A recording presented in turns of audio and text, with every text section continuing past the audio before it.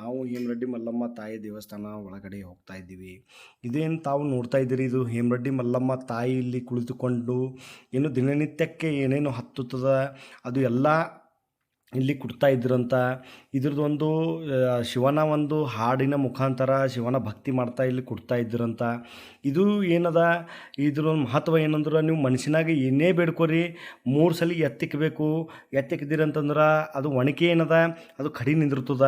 ನಿಮ್ಮ ಆಗದಿಲ್ದ್ರೆ ಅದು ಬೀಳ್ತು ತೆಳಗ, ಅಂದ್ರೆ ಅಡ್ಡ ಆಯ್ತದ. ಅದೇ ತರಹ ನಾವು ಕೂಡ ಟ್ರೈ ಮಾಡಿದ್ವಿ. ಏನೋ ಒಂದು ಮನುಷ್ಯನ ಬೇಡ್ಕೊಂಡ ಅದು ಯಶಸ್ವಿಯಾಗಿ ಆಯ್ತದಂಥೇಳಿ ಇದು ಆಯಿತು. ಮತ್ತೊಂದು ವಿಷಯ ಏನಂತಂದ್ರೆ, ಇಲ್ಲಿ ಹೇಮರೆಡ್ಡಿ ಮಲ್ಲಮ್ಮ ತಾಯಿ ಕಣ್ಣೀರಿನ ಒಂದು ಏನು ಇದುದ ಅದು ಸತತವಾಗಿ ನೀರು ಕಂಟಿನ್ಯೂ ಬರ್ಕೋತಿರ್ತದ. ಇಲ್ಲಿ ಶಿವನ ಆರಾಧ್ಯ ಮಾಡಿ ಶಿವನ ಭಕ್ತಿಯನ್ನು ಮಾಡ್ತಾಯಿದ್ಳು ಹೇಮರೆಡ್ಡಿ ಮಲ್ಲಮ್ಮ ತಾಯಿ. ಆ ಸ್ಥಳ ಇದು ಅದ. ಇಲ್ಲಿ ಮತ್ತೊಂದು ವಿಶೇಷ ಏನಂತಂದ್ರೆ, ಆಕೆಯ ಕಣ್ಣೀರು ಏನು ಅದ ಒಂದು ಸುಮಾರು 3 ಇಂಚೆ ಒಂದು ಅದು ಒಂದು ಹೋಲಿದೆ. ಅದರಿಂದ ಸತತವಾಗಿ ನೀರು ಬರ್ತಾವೆ. ಎಂಥ ಬೇಸಿಗೆ ಮಳೆಗಾಲ ಏನೇ ಇರಲಿ ಕಂಟಿನ್ಯೂ ನೀರು ಬರ್ಕೋತಿರ್ತಾವ. ತಾಯಿಯಲ್ಲಿ ಒಂದು ಏನೋ ಒಂದು ತಾವುಗಳು ಎಲ್ಲ ರೆಡ್ಡಿ ಕುಲ ಬಾಂಧವರಾಗಿರ್ಬೋದು, ಯಾರ್ಯಾರು ಶ್ರೀಶೈಲಂ ಹೋಗ್ತೀರಿ ಕಂಪಲ್ಸರಿ ಹೇಮರೆಡ್ಡಿ ಮಲ್ಲಮ್ಮ ತಾಯಿ ದೇವಸ್ಥಾನಕ್ಕೆ ಹೋಗಬೇಕು.